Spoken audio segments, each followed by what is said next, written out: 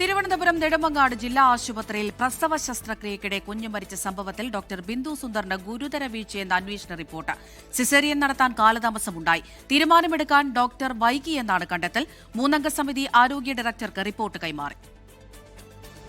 തിരുവനന്തപുരം നെടുമങ്ങാട് ജില്ലാ ആശുപത്രിയിൽ പ്രസവ ശസ്ത്രക്രിയയ്ക്കിടെ നവജാത ശിശു മരിച്ച സംഭവത്തിൽ ഗൈനക്കോളജിസ്റ്റ് ഡോക്ടർ ബിന്ദു സുന്ദറിന് ഗുരുതര വീഴ്ചയുണ്ടായതായി കണ്ടെത്തൽ. 3-അംഗ അന്വേഷണ സംഘം ആരോഗ്യവകുപ്പ് ഡയറക്ടർക്ക് നൽകിയ റിപ്പോർട്ടിലാണ് വീഴ്ച ചൂണ്ടിക്കാട്ടുന്നത്. ആരോഗ്യ വിവരം ബന്ധുക്കൾ തുടരെ അറിയിച്ചിട്ടും സിസേറിയൻ നടത്താൻ കാലതാമസമുണ്ടായി. സിസേറിയൻ നടത്തുന്നതുമായി ബന്ധപ്പെട്ട തീരുമാനമെടുക്കാൻ ഡോക്ടർ വൈകി.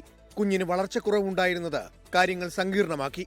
ഡോക്ടർ ബിന്ദു സുന്ദറിന് 2 തവണ വീട്ടിലെത്തി പണം നൽകിയെന്ന ബന്ധുക്കളുടെ ആരോപണവും റിപ്പോർട്ടിൽ പരാമർശിച്ചിട്ടുണ്ട്. നിലവിൽ അന്വേഷണ വിധേയമായി സസ്പെൻഷനിൽ തുടരുകയാണ് ഡോക്ടർ ബിന്ദു സുന്ദർ. 3-അംഗ അന്വേഷണ സംഘം ആശുപത്രിയിലെത്തി പരിശോധന നടത്തുകയും ഡോക്ടർ കുഞ്ഞിന്റെ രക്ഷിതാക്കൾ ഉൾപ്പെടെയുള്ളവരിൽ നിന്ന് മൊഴി രേഖപ്പെടുത്തുകയും ചെയ്തിരുന്നു.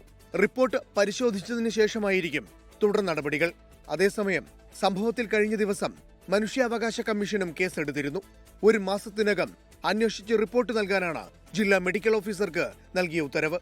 എന്നാൽ ഡോക്ടർക്കെതിരെ സ്വീകരിച്ച നടപടിയിൽ പ്രതിഷേധിച്ച് KGMOയെ നാളെ മുതൽ കടുത്ത സമരമുറകളിലേക്ക് നീങ്ങാനാണ് തീരുമാനം. നെടുമങ്ങാട് ജില്ലാ ആശുപത്രിയിൽ OP ബഹിഷ്കരണം തുടരും. 24 തിരുവനന്തപുരം. ലോകത്തെവിടെയായാലും ഏത് സമയത്തും 24 വാർത്തകളും ഓഗ്മെന്റഡ് റിയാലിറ്റി പാക്കേജുകളും എക്സ്പ്ലെയിനറുകളും വിശദമായി കാണാൻ ഞങ്ങളുടെ YouTube ചാനൽ നിങ്ങൾക്ക് സബ്സ്ക്രൈബ് ചെയ്യാം.